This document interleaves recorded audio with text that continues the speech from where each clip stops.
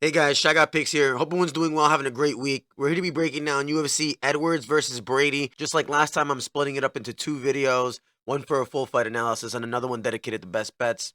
My best bets video last week got corrupted, so I wasn't able to post it, but we'll have that corrected for this week, of course. So if you're here for a breakdown, you're in the right place. If you're looking for my plays or best bets, that'll be in the next video. So regarding this card, this one's a really tricky one. There's a lot of fights that can go either way, and there's a lot of odds that really don't make sense either. But it is an exciting card. So without any further ado, let's get right into it. For the first fight in the card, we got Guram Kutateladze versus Fernandes. Kutateladze comes into this 13-4. He's opening up as a negative 435 favorite, 33 years old, 5'11" with a 72-inch reach. Meanwhile, Fernandes is 9-2 plus 330, underdog, 30 years old, 5'9" with a 73-inch reach. I think this fight is, I think it's a pretty clear mismatch in my opinion. I think Fernandes is very, he has a lot of flashy tools. I think he's very kick heavy, meaning, like spinning kicks. He's very explosive and he definitely, absolutely has speed. But I definitely think he's still very raw. He doesn't throw much in volume. He mainly relies on single strikes or even just quick 1 and 2s. He doesn't really have much combinations going. His ground game isn't nearly refined enough for his level. I'm just not really sure why he was signed straight to the UFC without going through the Dana White's Contender Series. I understand he's definitely very talented. He just doesn't, feel like a must-have prospect, sort of say.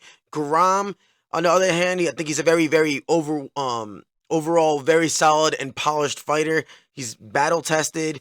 We've seen him go through wars. He's very well rounded. His Muay Thai is honestly classically textbook. His striking is much cleaner, and he's very fundamentally sound, really everywhere.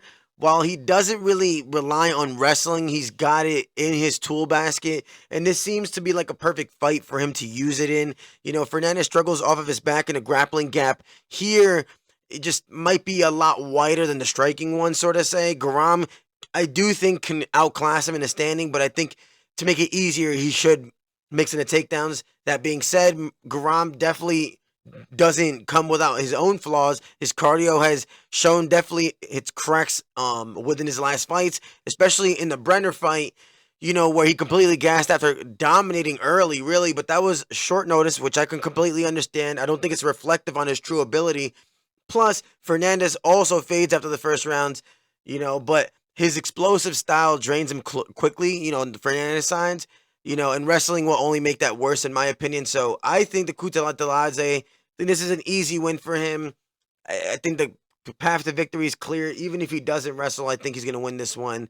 I think Kutateladze wins this one pretty easily. So up next on the card, we got Nathan Fletcher versus Loughran. Nathan Fletcher comes into this 9-1, negative 135 favorite, 28 years old, 5'7" with a 70-inch reach. Meanwhile, Loughran is 9-2 plus 110 dog, 27 years old, 5'6" with a 68-inch reach. This is actually a rematch. I believe in the amateur scene. I do think, mentioning that, I think if it plays out anything like their amateur bout, I think Loughran actually takes the better of Fletcher again. Only this time, I think it's going to be actually a little bit easier. Fletcher hasn't really evolved much over the years, in my opinion. His striking is still very much basic. His wrestling is predictable. And for someone with a solid submission game, he gets reversed a lot. I think even worse is that he barely fights. I think he fights like once a year at most, So I don't really see much improvement on the Fletcher side, even though I see a lot of people taking him.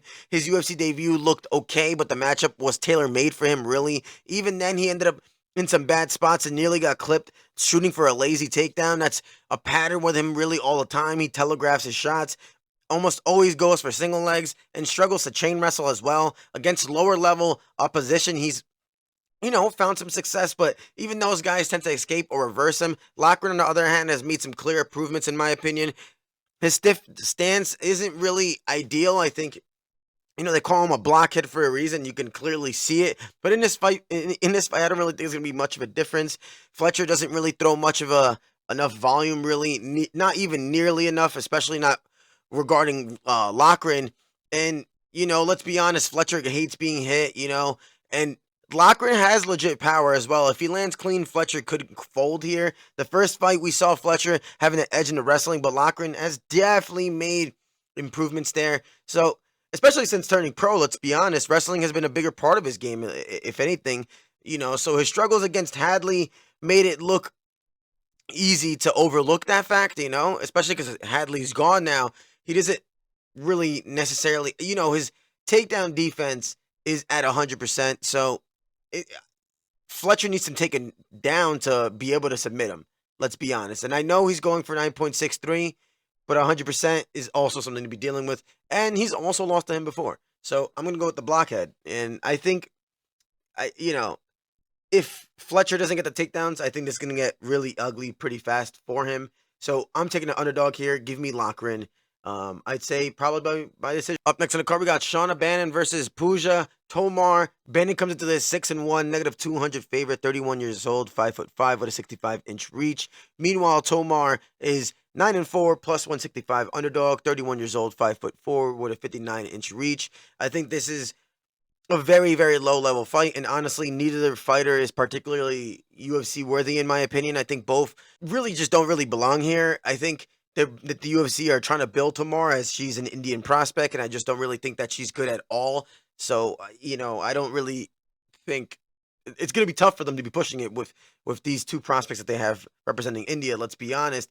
And let's be honest, though, Bannon's also garbage. So, Bannon might have a better record and the quote-unquote kickboxing champion label, but in MMA, her striking is closer to the light cardio than actual damage. She stays on the back foot, throws weak push kicks, and rarely commits to her shots. Tomar, while technically flawed, absolutely, at least throws shit, with intent and, some power behind her punches.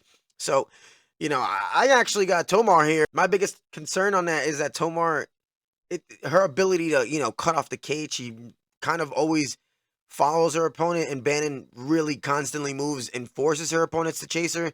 So if Tomar can't trap her, she might be really swinging at air all night as well.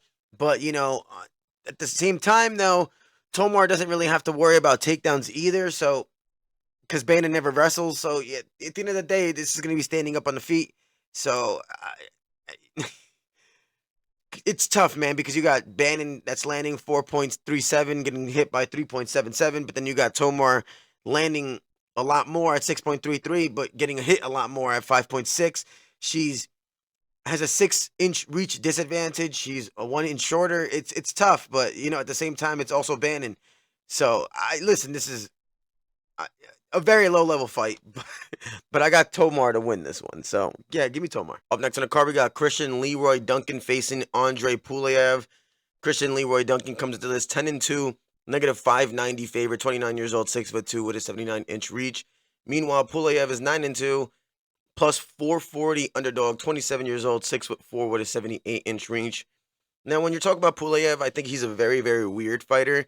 He does do a lot of things well when fighting, but his flaws are very obvious in my opinion. His striking is very simple. He mostly throws straights, or he throws his leg kicks or body kicks, but he's very stiff. He's very slow to engage, and I think he's very, very, very, very, very hittable.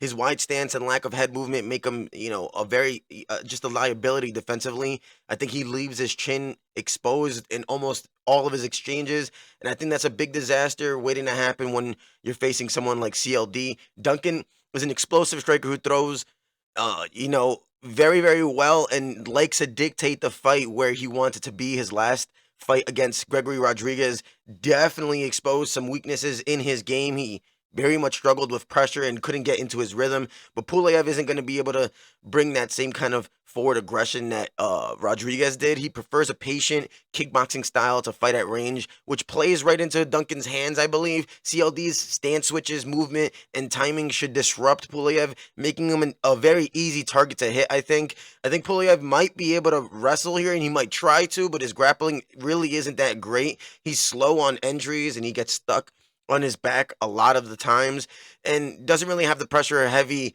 style to trouble Duncan like last time when he fought Rodriguez.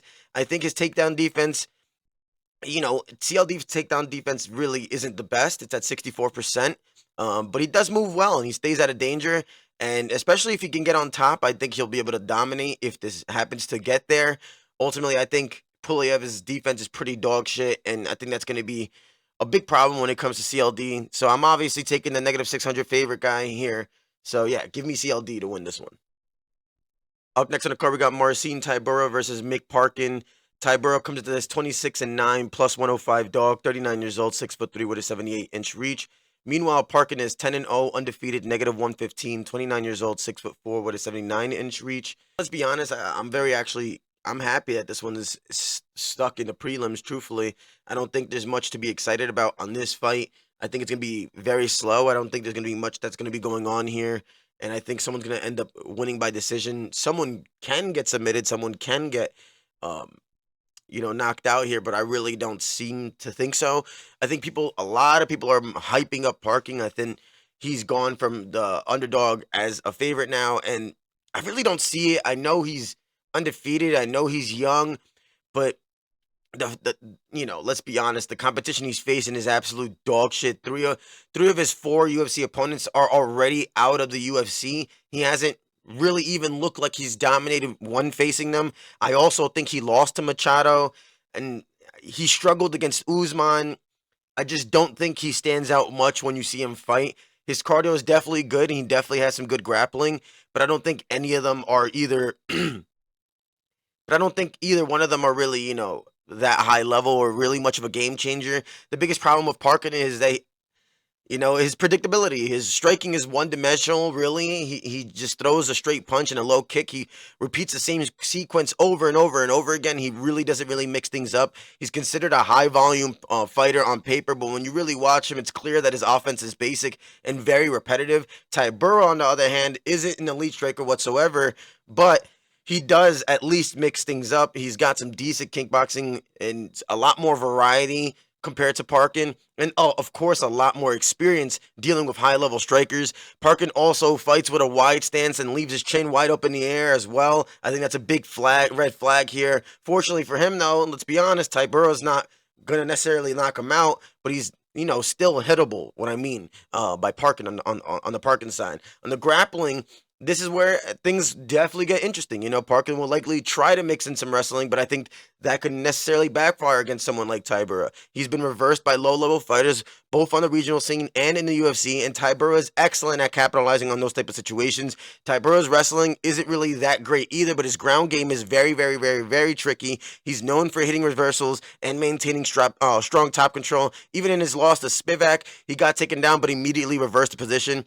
If he gets on top, Parkin is going to be in big trouble, I think. If the grappling doesn't play a huge role, Tybura still has other ways to slow this fight down. He can use his cage control, his clinch work, and I think he's just a veteran here, and I think he will be able to find ways to neutralize Parkin's offense. Parkin hasn't really shown me the type of fight IQ that I think will suggest that he'll be able to come into this with a very good game plan against someone like Tybura. Let's be honest, Mick has faced bums, and Marcin Tybura has been in the top 15 forever, let's be honest. And Parkin, this is a big step up in competition.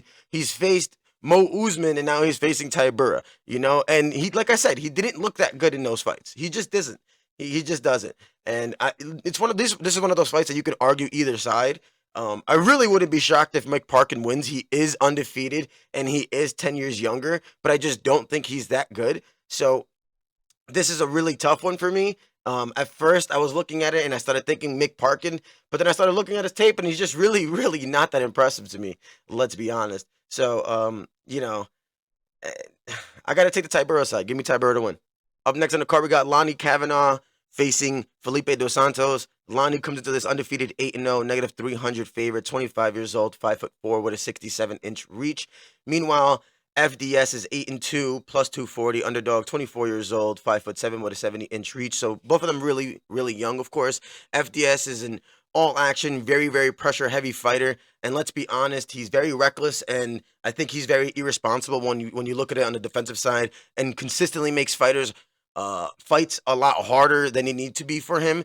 He has an aggressive Muay Thai style approach, which, we see from his camp, let's be honest, but without any of his real finishing ability. Despite his style, he rarely puts opponents away, and his decision-making is some of the worst in the division. He absorbs a lot more damage than he should, and let's be honest, he's getting taken down too easily as well, and he does get up. He does have his his get ups are pretty decent, but I do think he's pretty much helpless when he's on the back. The truth is, he's lucky to even really be in this spot. I think if a couple of scorecards had gone the other way, which let's be honest, they should have, I think he'd be riding a 4-fight losing streak, and I don't think he would be here anymore. And then when you talk about Lonnie Kavanagh, like Lonnie is really, really good. This guy's fucking a serious problem. He's gonna be a legit prospect. And I've said this about a couple of people already. You know, when it came to Musasa, he's supposed to be a prospect, but we know he's raw, right? Um, eh, there's others that come to mind, but I just can't bring them. They're just not coming to mind right now. But Lonnie, uh, oh Matsumoto, I think Matsumoto still won that fight, but they also put him against Font, you know. But Lonnie Kavanagh is fucking legit. He's gonna be a really big problem. He's a ridiculous athlete with this guy is so fast. It's crazy. He has some ridiculous strong fighting IQ, and he will knock you out. It's insane. Truthfully, he's only 5'4", so he is shorter. He does have lack of reach, but he really does make up for that with his striking and his power. But most importantly, though, he fights very smart. He knows when to push the pace. He knows when to counter. And I think his shot selection is absolutely top tier. This is almost the exact fight he won against Ochoa, except this time he's facing a much sloppier and even hittable version of Ochoa. And let's be honest, they fight at the same camp. So I think this is going to end up literally exactly how it ended up happening for Lonnie in the Dana White Contender Series. I think it's the same fight. The only way that this gets dicey if Lonnie lets FDS bait him into a chaotic brawl. FDS's durability is his best asset, let's be honest. And he turns fights into war of attrition, and he could make things very ugly. But even then, Lonnie has some solid cardio, and his technique is really solid. So I think he'll be able to keep control of the fight. If for some reason, if he doesn't like the pressure, he can just take FDS down as well. Let's be honest. He has a 0.00 takedown average per 15 here on these stats, of course, but that's because it's only UFC stats, and of course he's making his debut. But we also know for a fact that FDS has literally zero ground game.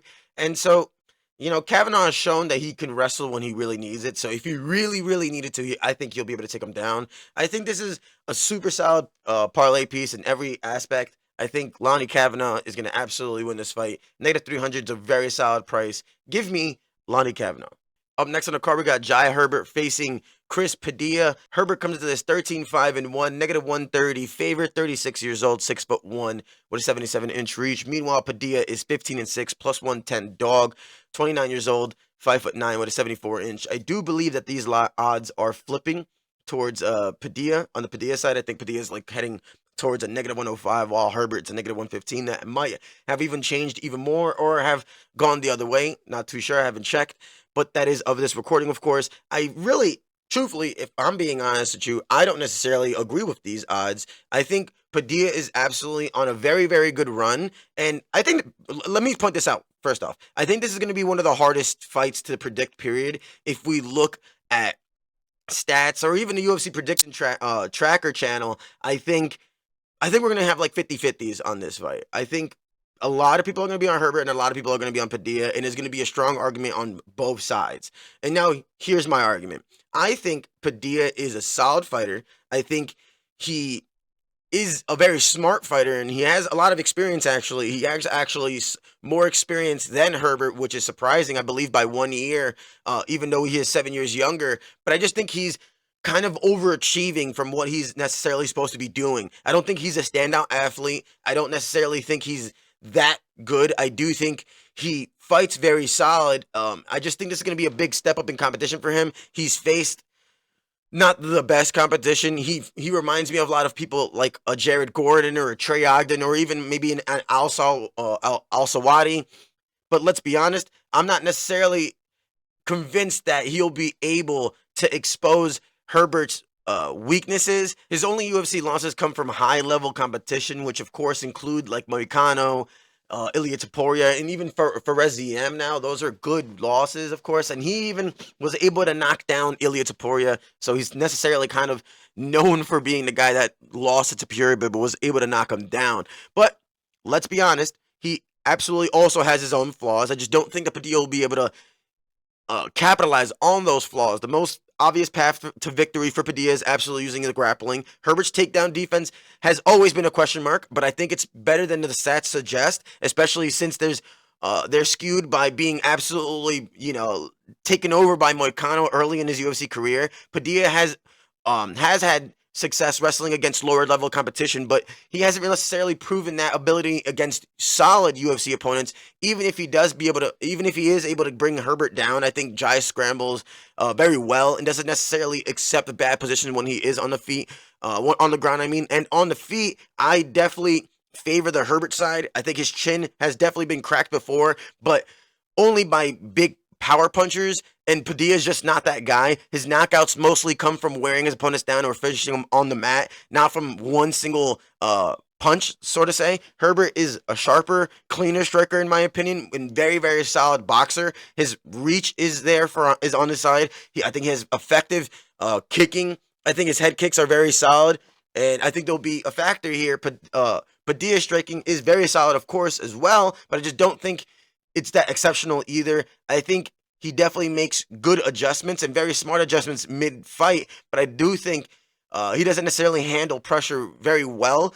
I think he falls behind in volume, and then he struggles with leg kicks as well. I also think another big factor here is going to be cardio. Padilla finishes fights early, but when he can't necessarily control the pace, he definitely fades. We've seen that in his last fight as well. Herbert, on the other hand, very much thrives in high volume exchanges. As long as he doesn't hesitate or let Padilla dictate the fight, I see him taking over.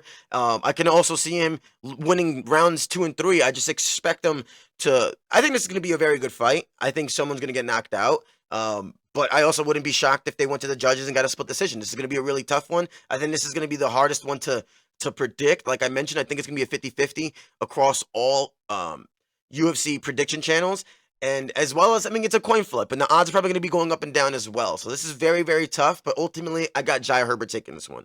Up next on the card, we got Nathaniel Wood facing Morgan Charriere. Wood comes into this 20-6, plus 145 dog, 31 years old, 5'6", with a 69-inch reach. Meanwhile, Morgan's 20-10-1, negative 180, 29 years old, 5'8", 69-inch reach. I believe Morgan opened up as a negative 200 favorite, which, let's be honest, it's kind of crazy. I think, if anything, it's absolute disrespect to Wood. I don't see Morgan Charriere being a negative 200 favorite. I think he wins this fight, but negative 200 is kind of crazy, and I think people are starting to agree with that. I think he's gone down to a negative 160 favorite now. I think even negative 150. I think this should be a pick'em. It's crazy that he opened up negative 200. That's just insane to me. Wood is the more proven UFC fighter, but his transition to 145 has definitely been questionable, or let's say shaky. He's 4-1 in the division, but he's arguably 5-0 if you don't count those, for those Naimov fouls. But he doesn't necessarily look particularly dominant in those fights. The biggest issue is his flaws from 135 hasn't necessarily improved. He still gets dropped a lot, and while his power has definitely carried over, he struggles to finish fights. He'll hurt guys, but never necessarily finish them, and he kind of lets them recover either by following him on the mat or really failing to capitalize on those moments. I think Charriere is also not a knockout artist either, but he does finish fights more consistently than Wood. He also has a sharper defense and better durability. Wood has solid technical defense but suffers from lapses. He'll get caught clean even when he's in control. And we even saw this against fighters like Pineda, where he hurt him badly, but he immediately ate big shots in return. I think it's just kind of like poor IQ, sort of say. Charriere, on the other hand, has been through wars and held up a lot better. The striking edge is close, I think. Wood has faster hands and better kicks, but Morgan is cleaner and more defensively sound. Wood throws a lot more volume, but Morgan fights in bursts, and I think that could make the rounds difficult to score here. I think this is going to be a difficult one. Like I mentioned, I think it should be a pick'em odds. Then the biggest factor here is going to be the wrestling. Charriere has the clear advantage in the takedowns and in the control time, though he definitely tends to make mistakes and kind of just lets opponents get back up kind of thing. That being said, Wood has absolutely looked awful on his back at 145. Once he's taken down, he kind of just stays there. Even opponents with not necessarily great control, like even Philly, like, that's kind of crazy. Managed to hold him there for minutes at a time. Like, I get Naimov, but not necessarily Naimov, let's be honest. But Philly, that's crazy. Charriere is strong, explosive, and I don't think he's gonna dominate in the grappling, but I think it's gonna disrupt the entire fight for Wood. I think it's gonna disrupt his rhythm. He's gonna start biting on the feints, sort of say. I think Wood is a big test for Charriere, and let's be honest, I don't think you can be so confident in Charriere, especially not at negative 200 or even negative 150 odds. I just think he does. I think he fights smart. I think he's going to be able to mix in those takedowns, and I think it's going to favor him. It's going to be easier for the judges to pick the Morgan side. So give me Morgan to win this one. Up next on the card, we got Jordan Vucenic facing Chris Duncan. Vucenic comes into this 13-3, negative 375, favorite, 29 years old, 5'10" with a 73-inch reach. Meanwhile, Duncan is 12-2, plus 285 underdog, 31 years old, 5'10", with a 71-inch reach. Now, let's be honest, I think Duncan's path to victory is absolutely very, very simple. Land something big and very early. But if he doesn't do that, I think his bad fighting IQ and weak grappling is just going to get him in really serious trouble against someone like Vucenic. He's been at ATT for a while now, but his takedown defense just really is non-existent. Strikers with really no wrestling credentials whatsoever were able to take him down, and honestly easily against someone like Vucenic, who absolutely thrives and scrambles and actively looks for submissions. I think this is a big red flag for Duncan. Vucenic doesn't even need traditional takedowns, I don't think, either in this fight. Even if he wants it, to sort of say, if he just wants it, he'll get it. Like, if he wants a takedown, I think he's going to get it. Duncan constantly gives up bad positions, whether it's pulling guillotines or getting his back taken against the fence. Once this hits the mat, it's absolutely levels apart regarding Vucenic and Duncan. Vucenic has some really slick back takes, some solid top control, and a diverse submission game that, let's be honest, he's probably going to be able to use here. On the feet, Duncan does absolutely have power. His striking is awkward and predictable, but his entire game is just wild overhands with just really zero defense whatsoever, which I think it means that he's going to eat some big shots, very early. His chin has definitely held up, but I think he's just playing with fire. Vucenic is absolutely not a knockout artist either, but I just think he's just technically sharp, and he does have a clean Muay Thai background and some superior footwork as well. I think he just needs to hold up Duncan's power shots, and I think he's going to be able to outclass Duncan and really just get the submission once he gets it there. So give me Vucenic to win this one. Up next on the card, we got Molly McCann versus Alexia Thainara. McCann comes into this 14-7, plus 150 underdog, 34 years old, 5'4", with a 62-inch reach. Thainara comes into this 11-1, negative 185 favorite, 27 years old, 5'4", with a 67-inch reach. Now, McCann is moving down from 115 and really hasn't looked good so far, let's be honest, and this matchup is just absolutely not doing her favors whatsoever. The UFC clearly wanted to give her a bounce back fight, but instead, now she's getting an extremely tough stylistic challenge in Thainara. I know she's taking this on short notice, but she's a favorite for a reason. I don't think she's elite whatsoever, but she definitely has speed. She has the reach advantage on 5 inches, and she, I think, has the athleticism as well. I just don't think McCann is that good. I know McCann's at home, and let's be honest, the UFC has just really been trying to make McCann of this big star for a while now, and she's 34 now, and she's just really not that good. Her style is really what it is. She's just a scrappy brawler who throws really big shots, but really doesn't have any real technical sharpness. She's kind of slow, she gets hit a lot, and really just relies on pure aggression to overwhelm opponents, which could be good, but I just don't think that works well against certain fighters. And Thainara is just not one of them. She's just not. She's willing to trade, loves to throw body kicks and some leg kicks, and I don't think she's going to get bullied like some of McCann's past opponents. If anything, she might be the one pushing McCann back, I think. The biggest factor here, of course, is the grappling. McCann prepped for a pure striker, let's be honest, but Thainara can actually grapple. And if this fight hits the mat, McCann is in trouble. She's been improving in her wrestling, but it's still absolutely shaky. Thainara has some of the nastiest arm bars that you'll see. If McCann gets taken down or even shoots out of desperation, I don't really see her surviving long on the mat. McCann's cardio is usually very solid, but against someone who really just won't fold against her. I don't think it's going to be enough. A decision win for Thainara is very possible, but I think McCann panics in a scramble and really just gets subbed here. I really do see that. I think Thainara is good. It's just the really thing is, it's just that she's coming in on really short notice. I believe it's 2 weeks, but I just don't think McCann's good enough. So give me Thainara to win this one. Up next on the card, we got Gunnar Nelson facing Kevin Holland. Nelson comes into this 19-5-1, negative 145 favorite, 36 years old, 5'11" with a 72-inch reach. Meanwhile, Kevin Holland is 26-13, plus 115. Underdog, 32 years old, 6'3", 81-inch reach. And another one of those fights that you can absolutely make a case for either of these guys. I've gone back and forth on this one myself. On paper, I think Nelson has an extremely clear path to victory. He's a very, very good grappler, and Holland historically absolutely is dog shit against grapplers. Really against anybody who can take him down and keep him there. That's the key part.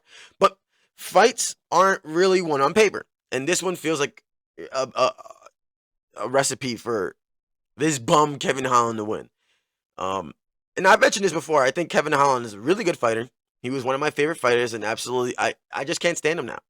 He's won me a lot of money in his career, and then he just took it all away in his latter half of his career. I don't think he's taking his career seriously, which, let's be honest, given how he rocks, I don't blame him. He's making money. He's making enough money, and in his head, he doesn't want to take too much damage. I understand that. I get it.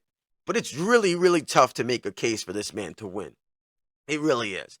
But let's talk the Gunnar Nelson side first. I think this guy has some phenomenal submission. He's a phenomenal submission specialist with ridiculous ability to control opponents on the mat. If he can get you down there, he's usually going to keep you down there, right? That's always been his style. He has low output on the feet, but he's deadly when he comes and closes the distance. The problem is his wrestling has really never been that great. He doesn't shoot traditionally for double legs, or he really doesn't really chain together any takedown attempts like a D1 wrestler would, Instead, he really relies on clinch work, collar ties, and his trips. That worked well against, that really worked well when he was younger, quicker, But his last few fights have made it one thing very clear. He's slowing down. His timing is just not as sharp, and he's just not getting those trips like he used to. Holland, on the other hand, is a wild card. You just really don't know what you're going to get with him. On paper, it's looking great. He's 4 inches taller. He has almost 10 inches on him on the feet. He has the physical advantages here. He's longer, he has more speed, he's younger, he has the ability to put high volume in the striking exchanges, which I think can overwhelm his opponents, of course. His biggest knock on him is always absolutely been his grappling, and now, like, let's be honest, we just think he's hopeless down there. He's just dog shit when he is down there. And now we just don't think he's a fighter that takes life seriously. Oh, not life, I shouldn't say life, but takes his career seriously. And I think he's been working on it. And I don't think he likes this. I don't think he likes that we just think he's dog shit now. And we've seen his tweets. We've seen that he's actually trying. And his ability to scramble and also threaten submissions on the bottom is definitely underrated. And I think that's a big key for me here. Holland doesn't necessarily need to stuff takedowns, or at least every takedown. He just needs to make Nelson uncomfortable enough that his ground game isn't a guaranteed death sentence, so to say. And let's be honest, if this fight stays standing, it's absolutely Holland. It just absolutely is. You can't question that. Nelson's striking is awkward, and he has low volume, and he has a 10-inch reach disadvantage. He's 4 inches shorter. This is completely on the Holland side if it stays on the feet. But another big factor here is that Nelson is just not fighting that much. He's been out for a while. I know he stayed in the gym, but his speed is declining. It's just obvious. And Holland absolutely has his flaws too, but he's incredibly active. So on that end, you got to give it on the Holland side. He's fighting all the time, and that's a big difference here. And if Nelson's just not sharp enough, I think Holland's going to be able to light him up. I think he's going to force some sloppy takedown attempts and eventually find an opening and probably even get a submission himself, probably. So I'm taking the Holland side. I'm not betting him. Fuck that. I told you guys I'm not betting this man ever again in my life. But I do think he's going to win it. Give me Holland to win. Up next on the card, we got the co-main event. Jan Blachowicz facing Carlos Ulberg. Blachowicz comes into this 29-10-1, plus 200 underdog, 42 years old, 6'2" with a 78-inch reach. Meanwhile, Ulberg is 12-1, negative 250, 34 years old, 6'4" with a 77-inch reach. And when you look at the percentages on Tapology, it's fucking wild. 50% of the people have Jan, 50% have Ulberg. And I don't get that at all. I think people think Ulberg is overrated and maybe don't like necessarily his style of fighting. But I don't get that at all. I don't get that at all. Ulberg is clearly the favorite for a reason. Let's start off with the fact that Jan is 42. It's like, that's crazy. But this is an incredibly tough fight for Jan to return to as well. The biggest red flag is his injuries. Jan hasn't just had one shoulder injury. He's had two. And we're not talking about a minor tune-up. We're not. We've seen how devastating these injuries have been. Just last weekend, we watched Marvin Vettori look like a shadow of himself, and the Jan situation is arguably worse. It's both shoulders, 2 surgeries, at 42 years old. That makes it a lot worse. He's been out of action for over 2 years. That's a big layoff for anyone, especially at someone at his age. And on paper, Jan still has the tools to make this a close fight, absolutely. But the reality is, he's not the same guy he used to be. He was always one of the slower fighters in the light heavyweight division. And after a surgery, those punches are just not coming out as fast, any faster. Just no way. He definitely has solid leg kicks, of course. But Ulberg is excellent at checking leg kicks. Striking-wise, Ulberg is cleaner. He's sharper. He's more precise. People knock Ulberg for some of his performances. I get it. But his striking IQ is extremely high. His output is absolutely excellent. His ability to mix things up make him extremely dangerous. And I think one of his best weapons is his lightning fast check left hook. It's crazy.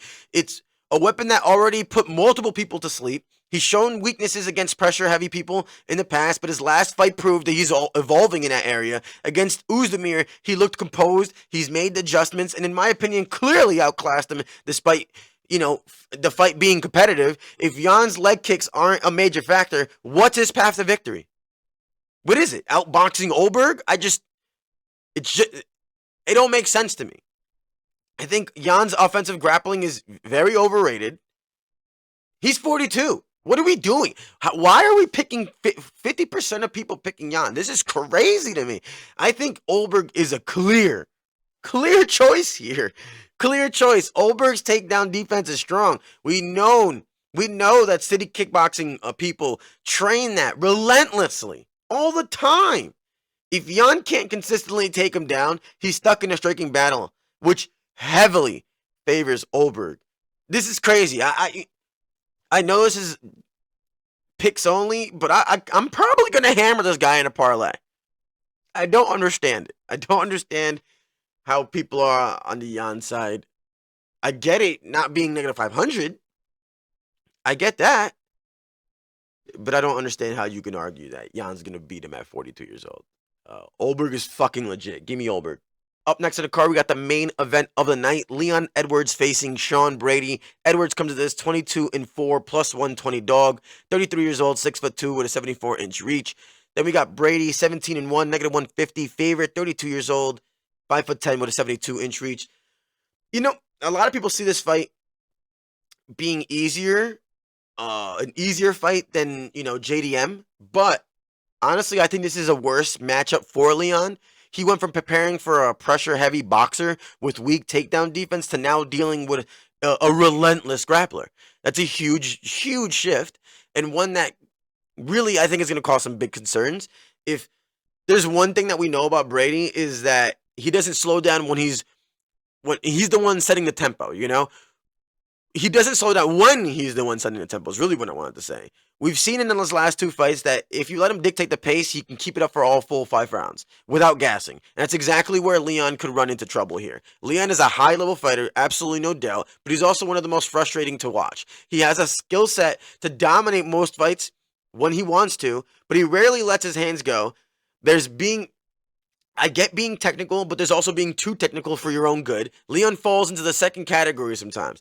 He fights in spurts, takes rounds off, and most recently, he's had an issue of starting slow. If he does that against Brady, he can easily find himself in an early hole that he can't climb out of, especially because of the grappling. Stylistically, this isn't a great matchup for him. Brady's striking isn't elite whatsoever, but he's fundamentally solid. He does do his best work when he's up close, especially against putting his opponents up against the cage. The fact that he's constantly, constantly threatening the takedown makes his pressure even more effective. We saw Leon struggle with this type of style against Usman. Not saying Brady is on the Usman level whatsoever. He just has the ability to implement the same game plan. Leon's clearest path to victory is to stay at range, use his kicks, where, making Brady's life really, really difficult. The question is, can he keep that range?